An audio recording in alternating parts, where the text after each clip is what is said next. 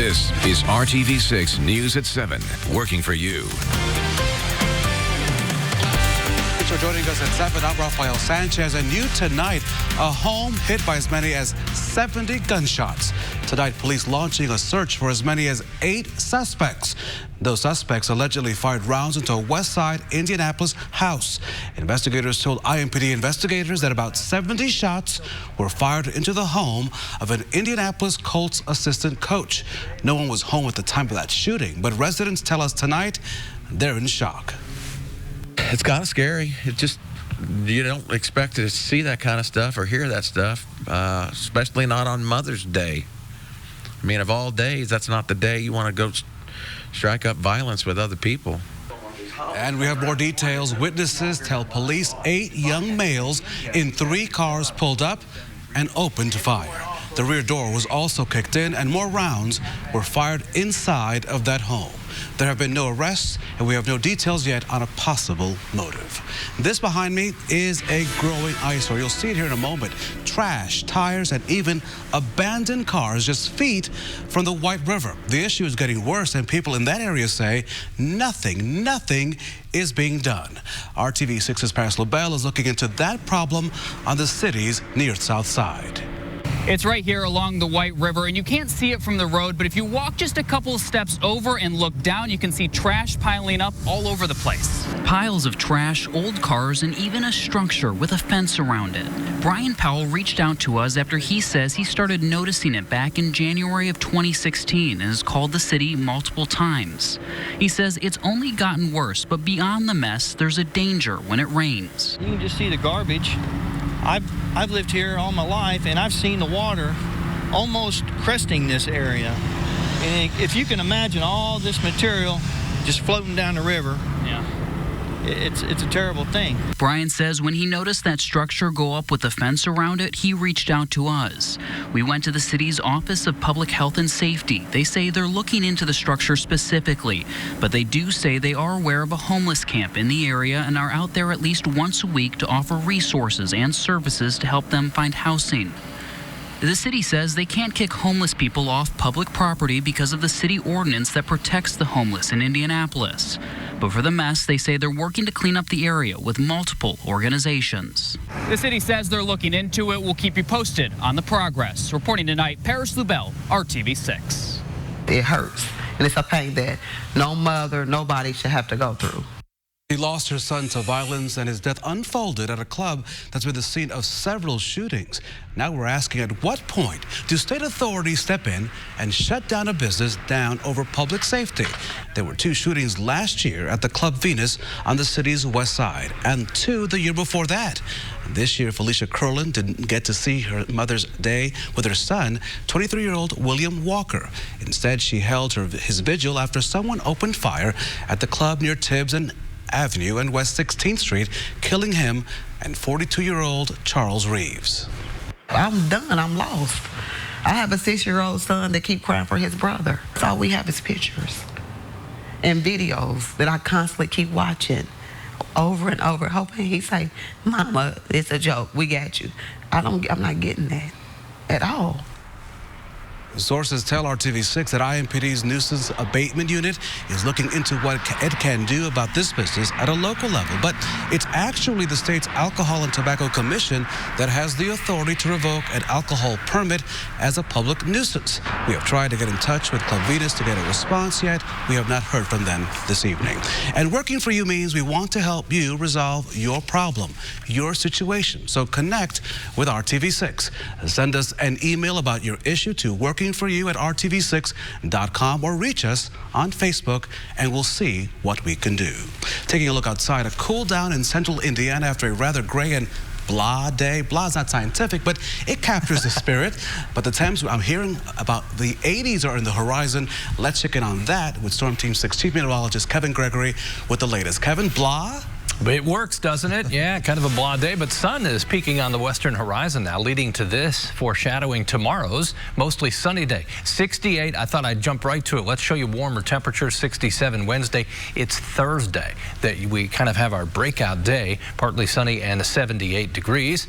Beautiful on the western horizon there. These are what we call crepuscular rays. They fan out on the horizon, and I think skies will continue to clear as we go through the evening. Coolest temperatures are in the eastern portion of the state. 56 in Muncie, 62 in Terre Haute.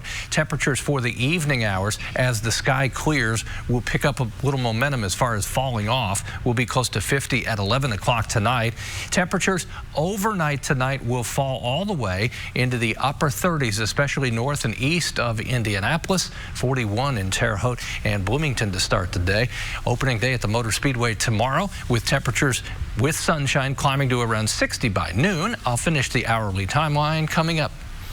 A solemn moment at the State House. Longtime U.S. Senator Richard Lugar will lie in state tomorrow for 24 hours in the State House Rotunda. At noon tomorrow, the governor will hold a ceremony in Lugar's honor. You can then pay your respects to Lugar from 12:20 in the afternoon until 8:51 in the evening, and again from 8 until 11 on Wednesday.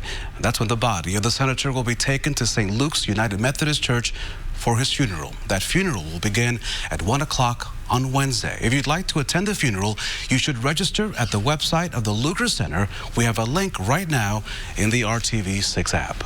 The school shootings in Noblesville and Richmond are providing insights to our education leaders working on school safety prevention. The state allocated $19 million to help school districts with funding for the school year 2020 through 2021. This was a $5 million increase from the previous years. And that grant money can be used for many different things, including hiring a school resource officer, conducting a threat assessment, and buying safety equipment. Indiana Superintendent of Public Instruction Jennifer McCormick says recent school shooting incidents have provided school districts with better ways to plan. We have learned a lot about being diligent in asking for a lot of help across the nation by experts that have been shared, but unfortunately, I mean, that's just, you never want to learn by an event like that, but shame on us if we don't take that and learn from it so that we can try to be better prepared and, again, more preventative on our side. State officials awarded more than $14 million to 388 Indiana schools last year as part of the Secure School Safety Grants.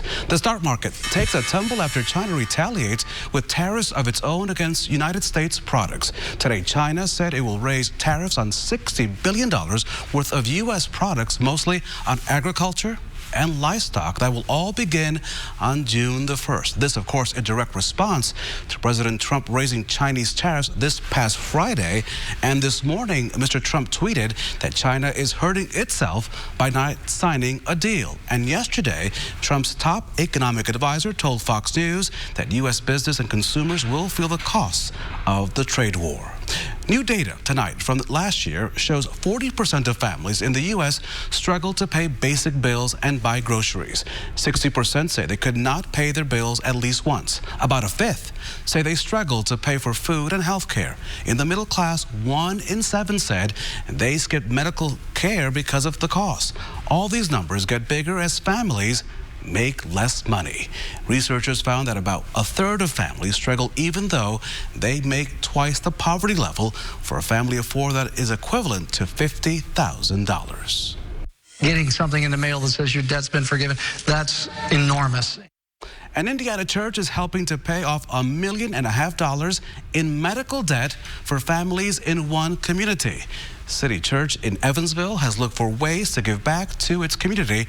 On Sunday, Pastor Jeff Kincaid announced a new project the church will take on, paying off $1.5 million in medical debt for families at or below poverty level.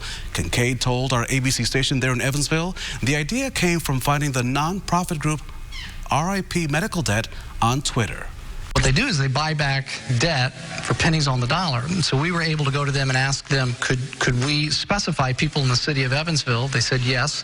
So they were able to identify $1.5 million of medical debt that people in the city of Evansville have. So for just $15,000, all of that debt will be wiped clean. Kincaid says while the church may never know who exactly they helped, knowing a family in need will have just a little more weight lifted off their shoulders, he says is simply priceless. And the installation is now complete. Today, Mario Andretti installed the 37th Indianapolis 500 street sign you can find around the city. The sign reads Mario Andretti Drive. It's at the northeast corner of Washington and Meridian in downtown Indianapolis. The sign features the number 2 and the day glow red color from Andretti's car that won the 1969 Indy 500. Coming up in Hiring Hoosiers tonight, being incarcerated can be a dark time in someone's life. How one training program is bringing light to the futures and careers of inmates. Warmer temperatures ahead. We'll be a little bit patient, but once we get there, it's a sustained warming trend. We'll match this with the day of the week coming up. On RTV6 News. This is RTV6 News at 7, working for you. It could be the week that all those sweaters and those coats and the gloves go in the attic, maybe based on what's coming ahead. Like Harry Carey would say, it could be. It might be. It is. Temperatures will warm up, so we'll get to 80 degrees. We just be patient. We've been there before, but it's been a while. 4 straight days, our temperatures have been at 60 degrees or colder. A burst of sunshine about ready to come into your family room if you've got a west-facing window, especially in the western half of the state. Eastern Indiana, more clouds, a little cooler temperatures. We're up to 62 in Terre Haute. Indy's at 57. Where's the warmth? To the west. You have to get out into the plain states, anywhere from Oklahoma all the way up into South Dakota, portions of Nebraska in the 80s. We'll wait on that. The theme, though, is to push the coolest air out of the Great Lakes and the Midwest. We'll warm it up for the eastern 2/3 of the country late this week, and this is what it means. Follow the temperatures. They go up, up, up. Warmest air arrives just in time for the weekend. That's not bad timing. Rain chances will be low. 20% chance early Wednesday. This is really Thursday night, a 40% chance we'll see some showers and thunderstorms. 49 in Richmond, 60 in Bloomington. I've been busy this evening walking dogs. Say hello to Reggie Kennedy. Reggie's in the front. It looks like the window is open. His ears are flowing back, and he's enjoying the ride. Enjoy the walk this evening. Temperatures down to 50 by 11 o'clock tonight. Just send me your dog's picture. Kevin.Gregory at WRTV.com, and I'll take your dog for a walk. Return them right to you. Temperatures in the upper 30s to around 40 in the morning. Quite a cool start. Coolest temperatures within the 7-day planner. Temperatures tomorrow mid-60s. We're waiting patiently, but we've got sunshine to go with these temperatures that are close to 70 degrees. Mostly sunny and 68 tomorrow afternoon in Indy. Let's jump overnight. Tomorrow night into Wednesday, the cloud cover and a couple of spotty showers are possible on Wednesday. Temperatures will reflect the cloud cover and stay in the upper 60s.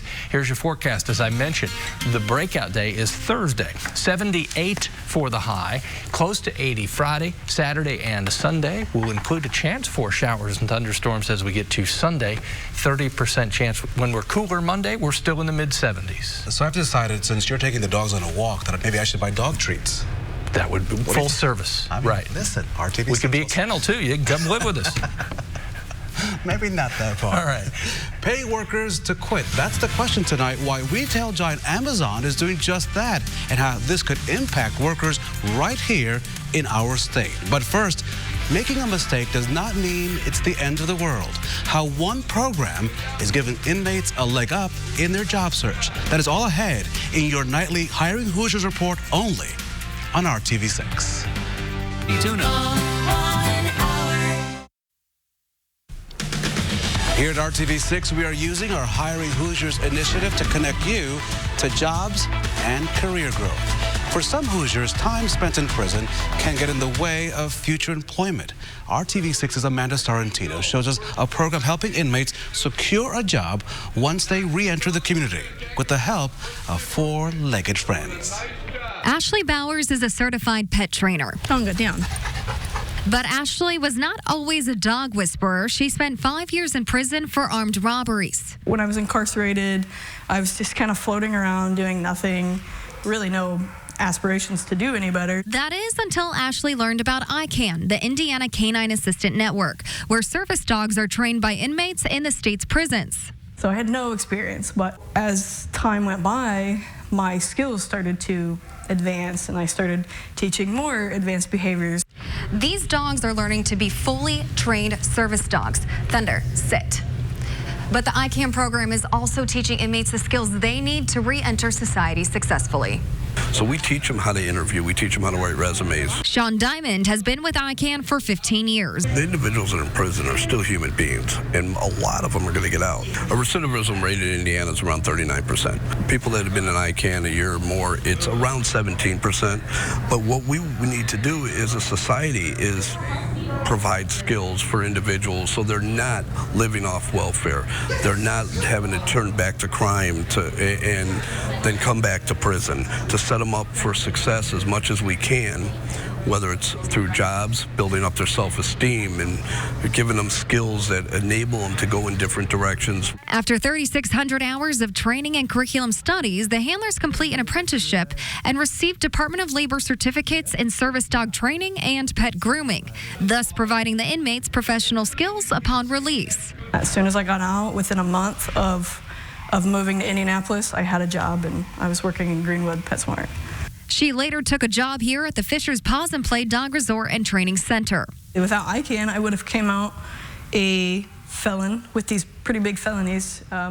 Nobody was going to be willing to hire me. If it wasn't for my family in ICANN, I would have been, who knows what I would have done.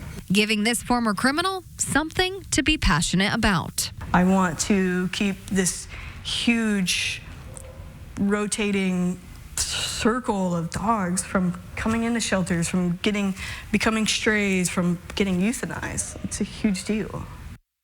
Amanda, thank you so much for that. Inmates must apply for the ICANN program, and they must meet certain qualifications, including having a GED and a good conduct record. For more information on how you can support ICANN or how to get involved, head to our website at hiringhoosiers.com. So Amazon, it wants to get packages to you much, much faster, right? So it says, get this, it will pay employees to quit. You heard me right. It will pay employees to quit and start a delivery business instead. Amazon says it will cover $10 grand and pay 3 months' salary up front. But Kamasi Aaron is looking at if the incentives are really worth it. Before Ricardo Drago owned his company delivering 12,000 Amazon packages a day, he was a bodyguard. Yeah, logistics. That's a whole nother ball game. He was one of the first to take part in Amazon's pilot program, helping people build a delivery business. Ricardo received training, coaching, and financial assistance to get his business off the ground. It's not like they say, hey, here's 20 vans and throw you to the wolves. They actually coach you through and everything. So it's actually a really smooth process. Today, the company announced it's trying to replicate Ricardo's success by expanding its delivery service partner program, offering current Amazon employees up to $10,000 and 3 months' salary to start their own delivery businesses. If you're an entrepreneur and you want to be independent, you don't mind working, 80 plus hours a week, this is perfect. But experts say there are still risks. If you're asking someone to leave your job to go do it, 3 months and $10,000 is great, but I think more support is really called for. Amazon has pledged to provide new business owners with regular work, access to its delivery technology, hands-on training, and discounts on Amazon vans, uniforms, and insurance. They want them to succeed. It's not a passive operation. This is an active engagement with entrepreneurs to be mutually profitable. Amazon wants to create its own delivery empire instead of using companies like UPS and FedEx. It says since June, it's already created 200 new delivery service partners. If you're intimidated, don't be. You got us to help you. You got Amazon to help you. So don't be intimidated. Go for it. I'm Kamasi Aaron reporting. Still ahead, a new training program meant to bridge the skills gap, how you can see if it's the right fit for you. And also, hey, get this, you can also get tickets to qualifications this weekend at the Speedway. That's next when RTV6's Hiring Hoosiers continues right here on the News at 7. Tomorrow on Good Morning Indiana. Our chilly stretch of weather is coming to an end. 60s, 70s, and 80s in the forecast. Plus, we'll show you how one business is helping local schools by donating metal to help the welding industry. Join us from 4:30 to 7. RTV6's Hiring Hoosiers is all about connecting you with job resources. So here's an opportunity for an industry that really needs workers right now. The Stoops Freightliner Quality Trailer Team is opening a training academy in an effort to help bridge the skills gap in Freightliner certified technicians. And there's an open house happening this weekend, so you can get to know more about the program. That's from 10 to 2 this Saturday with lunch served from 11:30 to 1. An added incentive. The first 20 people there will get 2 tickets to the Stoops Suite at IMS for qualifications on Sunday. We put more information about this under career resources at hiringhoosiers.com.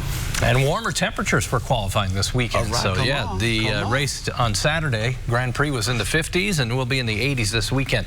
Sunshine on the western horizon foreshadowing tomorrow's much brighter day. Cool in the morning, 42 degrees by lunchtime tomorrow. Temperature lower 60s. We'll manage a 68-degree high with mostly sunny skies. I'm ready to put that coat away, Kevin. Put it away. Till December. Thanks for making RTV6 your choice for news. Our next newscast tonight at 11. Good night.